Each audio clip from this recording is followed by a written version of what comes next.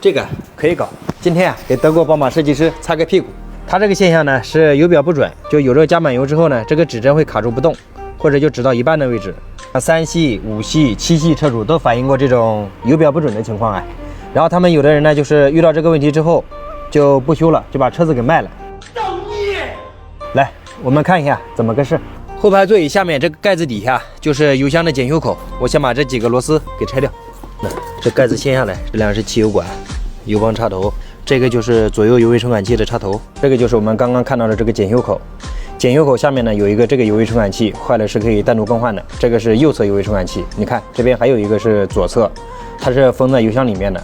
左侧油位传感器有问题，就要换这个整个油箱，换下来的费用要在1.56000。这个车啊，它就很不幸，那左右的油位传感器两个都坏掉了。先或者让大家都能用得起宝马的使命，为技术打包金钱，点赞。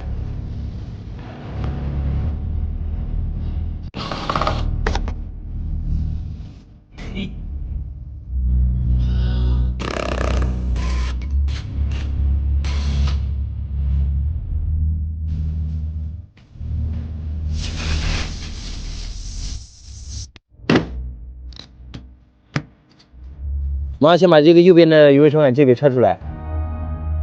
它右边这个油位传感器是单独的，这个油浮子它这个呢是始终随着汽油高低而浮动，然后呢就会产生一个信号传到前面的仪表，这边显示出来了。现在呢关键是这个插头，它连的是左边的油位传感器，大概在油箱的这个位置，你看到了吧？这边油箱呢它没有检修口，就是这个传感器有问题，你就要换油箱总成。如果说它这边啊能有一个像这样的检修口，就完美了。手应该能下去，比划嘞应该可以。好。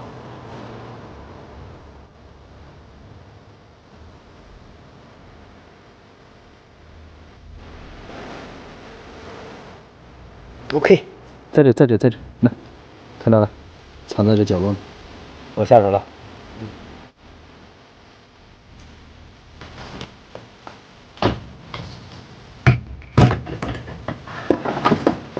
这就对了 ，OK。它这个设计才坑呢。你看它左边的浮子坏了，它让你换油箱总成嘛，对吧？然后你要说哪怕这个浮子跟油箱是焊死在一个整体的，说换总成嘛，我们就换总成来。但实际你看啊，它左边的浮子跟右边的浮子那一模一样的，都是原装的卡位，一拆一装就行了。那马上把这个右边的浮子给它装到左边去，也是原装位安装。OK。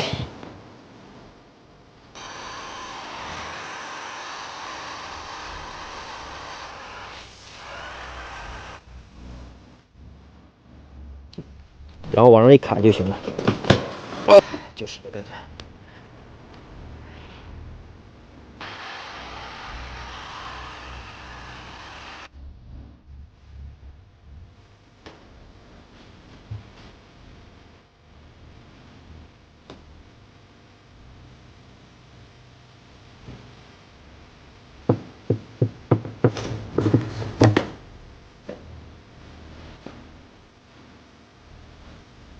他这问题你就这么修，肯定没有问题的。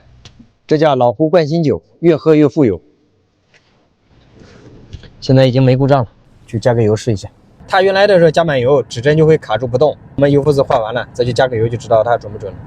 油卡95加满，因为加油口在右边嘛，它先把右边加满，右边加满之后，这个油就回到左边去，就流到左边了嘛，马鞍形的嘛。现在你看左边的油在动。好，跳了66升油，30加36正好66。你看这个指针，这指针也正好是满格的位置，说明这个问题肯定是解决掉了。把这个问题修了，不比换油箱更有成就感吗？诚德保修的维修技术呢，会越来越成熟了，并且我们的覆盖范围啊也会越来越广，这样就能更好的服务广大的宝马车主粉丝们。好，关注董哥，更懂宝马。